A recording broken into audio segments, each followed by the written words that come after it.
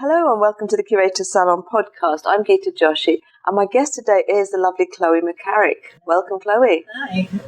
Thanks so much for being my guest. It's taken quite some scheduling because I know you've had a hectic few months, but I'm glad we finally made it. Yeah, we're excited to be here. So for my audience who are not already familiar with your work, how would you describe it? I'm most recognised for my cyanotypes. So my cyanotypes are all based around female figures from history and mythology. I blend the cyanotypes with a combination of different metallic leaves, so gold leaf, copper leaf, zinc, but I also do a range of screen prints, collages, and fine art photographs as well. Common theme that runs through my whole body of work. They're all inspired by female figures from history and mythology. So, for example, one of the most popular figures would be Amelia Earhart. So that particular piece, a mixture of portraiture, so photographic portraiture, illustrations of birds, and I've basically created a homage to her being an amazing pilot.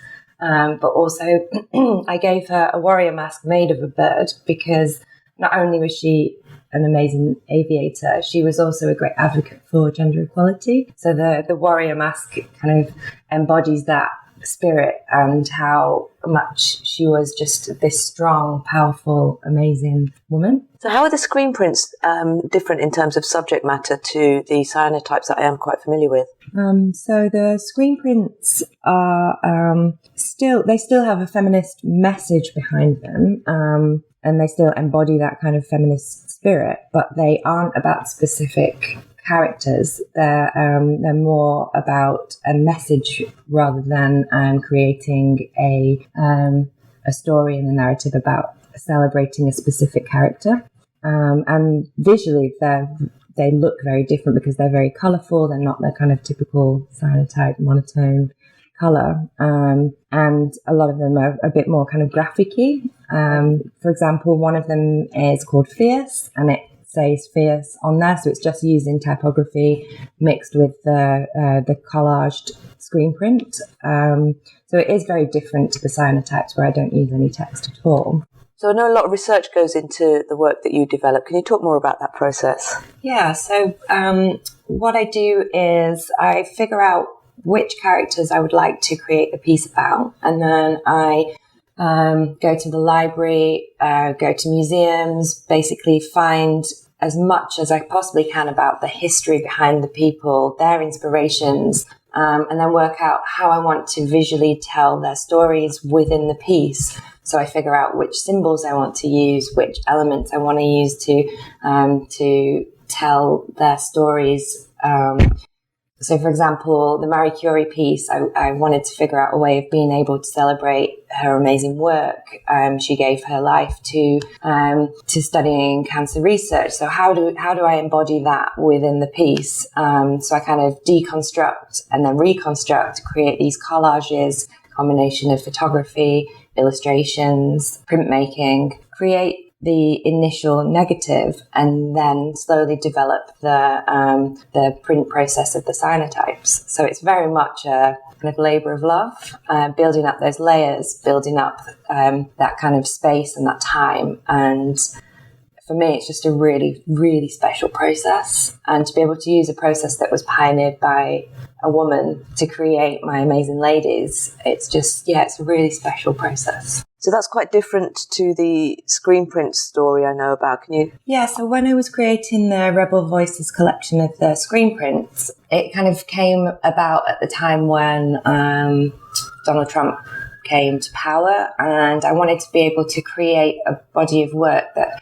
kind of had that strong message behind it, and I wanted to be able to use my collages. So I created these collages to kind of embody the message behind the pieces, and then did the screen printing process. So it wasn't as heavily researched as the cyanotypes, but it still has that element of deconstructing and reconstructing and using the collage and printmaking processes, but it's very different to how I create the cyanotype collections. So even though the cyanotype collection and the screen print collection are two separate bodies of work, they still have the underlying theme of strong women and feminism running through. When I'm creating my work, they are heavily influenced by strong women, but science and history play a major role within my work. I think it's just because that is what inspires me and what excites me, and it's being able to combine all of these elements together in creating my work. And I think as people see my work and they hear the stories behind it, they understand those different layers and that kind of multifaceted approach to bringing all of these elements together to be able to create this kind of whole story. And resulting in a very beautiful piece on top of all of that. That's so true.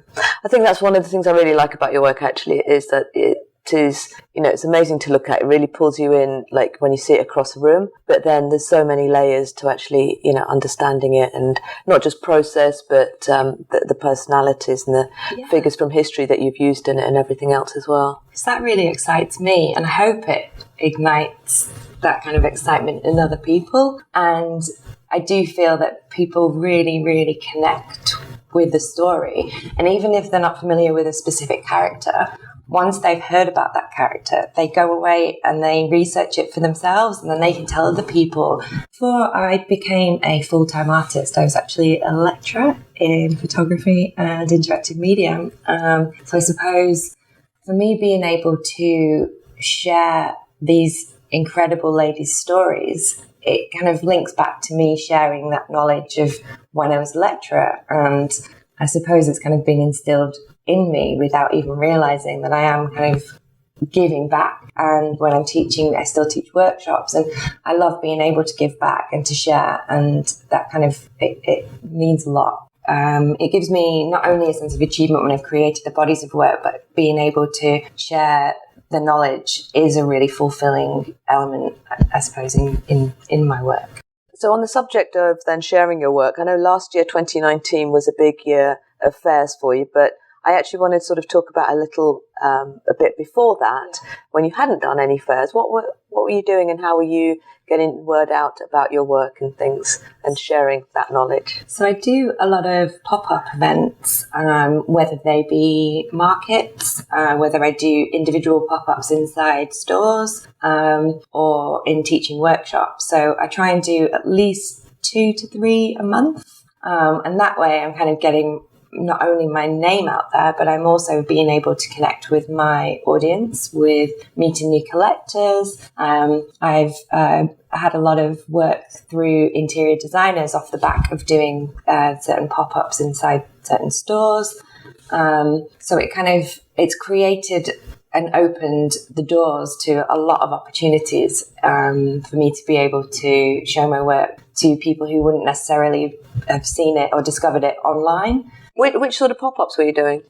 So I do a lot of pop-ups inside a store called West Elm. So they're an American furniture and homeware store. And they offer a platform to London artists and craftspeople to be able to have essentially their own store inside their store for the weekend. And it's been an incredible opportunity for me to meet people that want art for their homes, to meet interior designers, and they also let me do workshops there.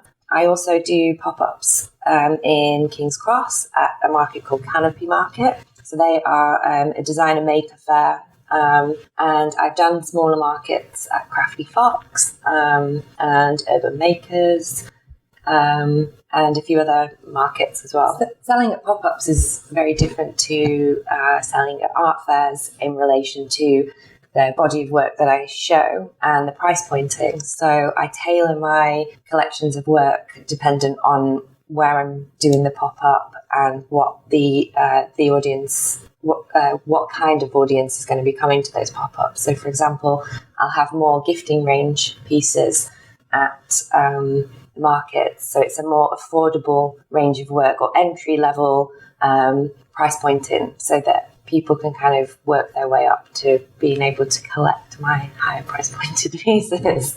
But it's a great way of being able to meet people who wouldn't necessarily go to art fairs, and to kind of just ignite that excitement about my work so people can see it in the flesh as well, because my work looks very different on a computer screen on a website than it does in real life. What sort of experience did you think that you were getting doing the markets? Because obviously you were preparing, I think, or it feels like you were preparing to actually take a next step up to art fairs quite soon after that. Yeah, so I suppose doing the pop-ups was a way for me to be able to showcase new work, to get feedback, because feedback is a really important part of where I want to take the work to the next kind of step. And I suppose I needed to be able to financially to be able to save up enough money in order to kind of take that step into the art fairs, because it is a lot more kind of money to invest in, and it is an investment.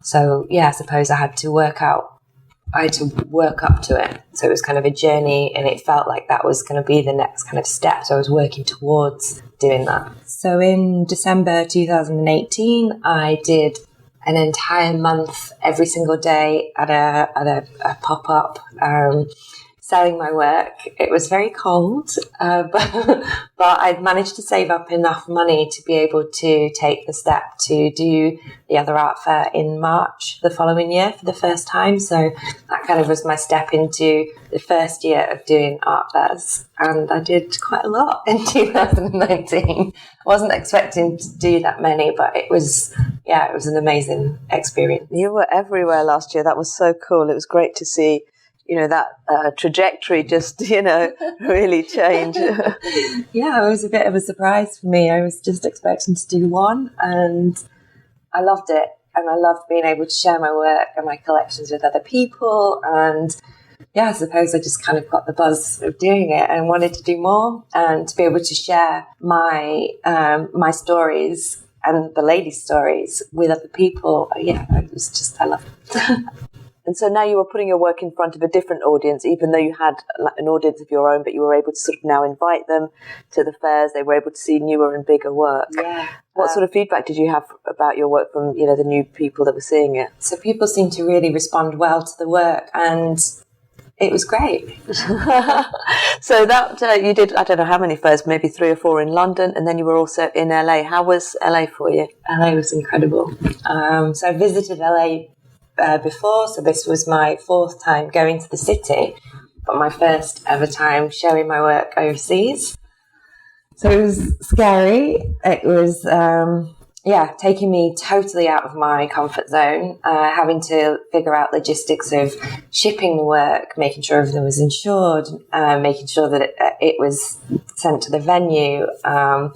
Just figuring all that out in itself was like quite a big kind of feat. But then to be able to be there to show my work to a totally different audience again of people, not knowing how people were going to respond, was a little bit kind of, I suppose, intimidating, but at the same time exciting. And I also taught 2 workshops at the fair as well. So I got to show the process to another audience of people, and the LA sun is so intense that it exposed so quick. It was exposing on my hands. My hands turned blue. That's never happened here. It takes a lot longer to expose my pieces in natural light here than it does in LA. So good. LA sounds amazing. Are you going to go back there this year? I am, yes. I'm going back in April. I'm really, really excited to be going back. And also this time it's probably going to be a little bit easier because I've done it once, so I'm not going to be as kind of scared about the logistics behind the planning. So last time I hired an art handler that took my crates in after they were shipped, checked them, took them to the venue, and then installed the work for me. So that's the first time I've ever paid someone to install my work. I usually always hang it myself. But it was actually pretty nice to just kind of point and say, yeah, I'd like this piece here, this piece here, this piece here. It took the strain out of doing it. I didn't have to then buy a drill, buy the ladders, figure out like what I was going to do with all of these things afterwards. So yeah, it was handy to be able to kind of give that to someone else to do. Nice. It was the best $200 I've spent, put it that way.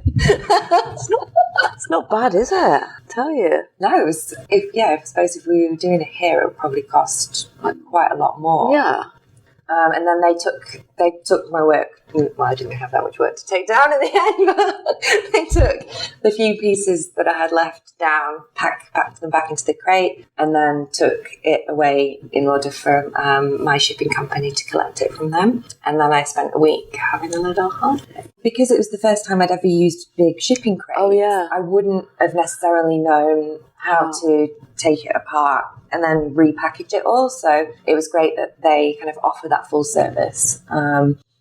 And it was affordable. Yeah. The cost of actually paying for the fare, paying for the travel to get there, paying for the accommodation, all of that, it builds up. And it is a big financial investment to go and do a show overseas. And I wasn't necessarily thinking that I was going to sell a full collection of work. So that it was a big bonus. But for me, I was going for the experience and to be able to show my work to a totally new audience of people. Would you say the LA Fair was your highlight of last year? Yes, yeah, definitely. That and the show in Paris.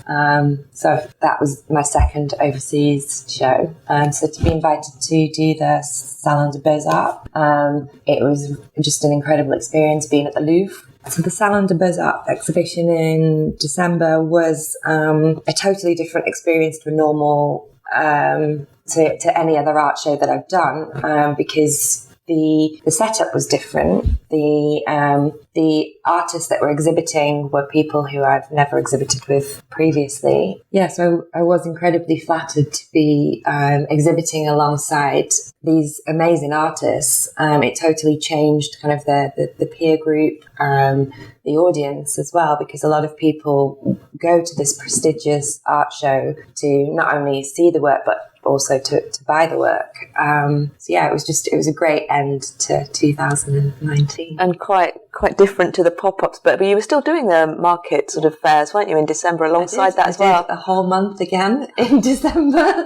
Apart from being in Paris for a week, I actually hired someone to take care of my stand whilst I was in Paris, so people could still buy my work in London whilst I was away. And it was nice to have a week off from being cold. 2019 was such a good year for you. What have you got planned for 2020? So in 2020, I am going to be doing the Other Art Fair in March at the Treeman Brewery in London. And I'm also going back to LA to do the Other Art Fair in Santa Monica. And I'm also going to be doing the Affordable Art Fair in Hampstead, back to my old stomping ground. And I'm hopefully going to be doing a little workshop there as well, so people can actually see my processes in action. And I'm going to be applying for a few open calls. So I'm doing applying for the RA summer show, so fingers crossed on that one. So that's, the first part of the year is an exciting prospect. We'll see what else the rest of the year holds. You've got such an exciting year ahead, I'm sure of it. Chloe, thank you so much for being my guest on today's podcast. It's always a pleasure to talk to you. Thanks for having me. It's always a pleasure to talk to you too.